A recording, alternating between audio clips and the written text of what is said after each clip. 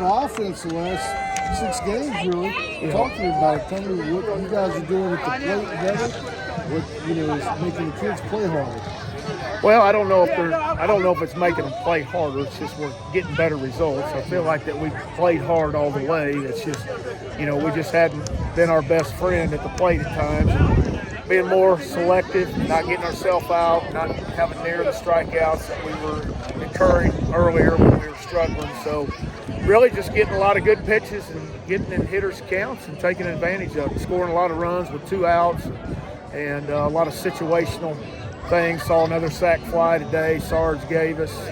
I think of the first 12 runs, 7 of them were by 2-out situations. So, those are things that win you games, coupled with good pitching. Well, Blake said that, Travis and you have been really working with the hitters as well in batting practice and batting cage.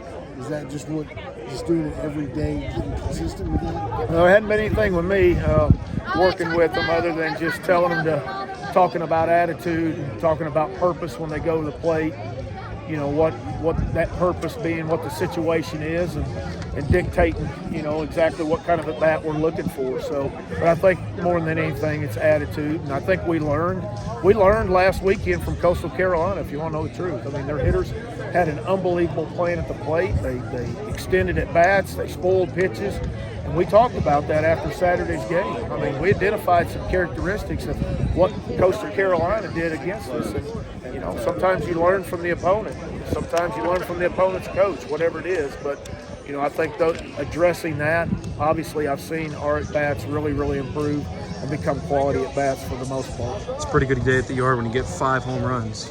Yeah, it's and multiple home runs. I don't think, was there any solos there?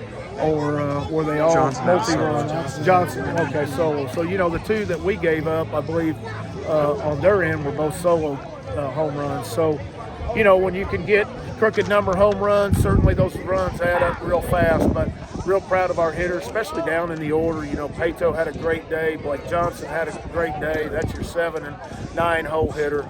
Of course, up in the front, Ewing with a big blast there to give us a 4, to tie the game at 4, or take the lead from the 2 there in the bottom of the 4. So a lot of guys contributed today. A lot of multi-hit players today on the hitters. Can you speak more on Pato and Johnson? I mean, Blake mentioned that he was dealing with hamstring until Pato had hamstring problems. They've both been streaky inside the batter's box, and today they both had. Yeah, and Blake, they both have rested the last 2 days. Pato more than that. He tweaked that hamstring over there at Coastal Carolina on that Sunday game, and that's when Parker came in and had a really good second and third at bat for us, a double that put us within 1, and then later a solo home run in that game. But Pato's been trying to get that thing well, and it's been a week. Today was a week, and really wanted before the game to make sure that he was good to go. He said he felt pretty good yesterday. It was just a little tight. Felt better today, and I certainly want to get his bat in the lineup and try to get him jump started. I mean, if we can get him obviously returning to form like that, that's kind of what he did last year in 22. I mean, those were the at-bats that he had. Even the one he popped out on his first at-bat, I thought he had some really good pitch selection in that. So Blake, same way, hamstring problem, and it's been deep in there. So able to catch him today, and he responded with a really good offensive and defensive day. Can you speak on Matt Adams and his outing today? Yeah, I mean, certainly the numbers don't point what you want, but what points that I like is his velocity is where it needs to be. You got to understand, he's been, 3 weeks removed from the mound in a live situation.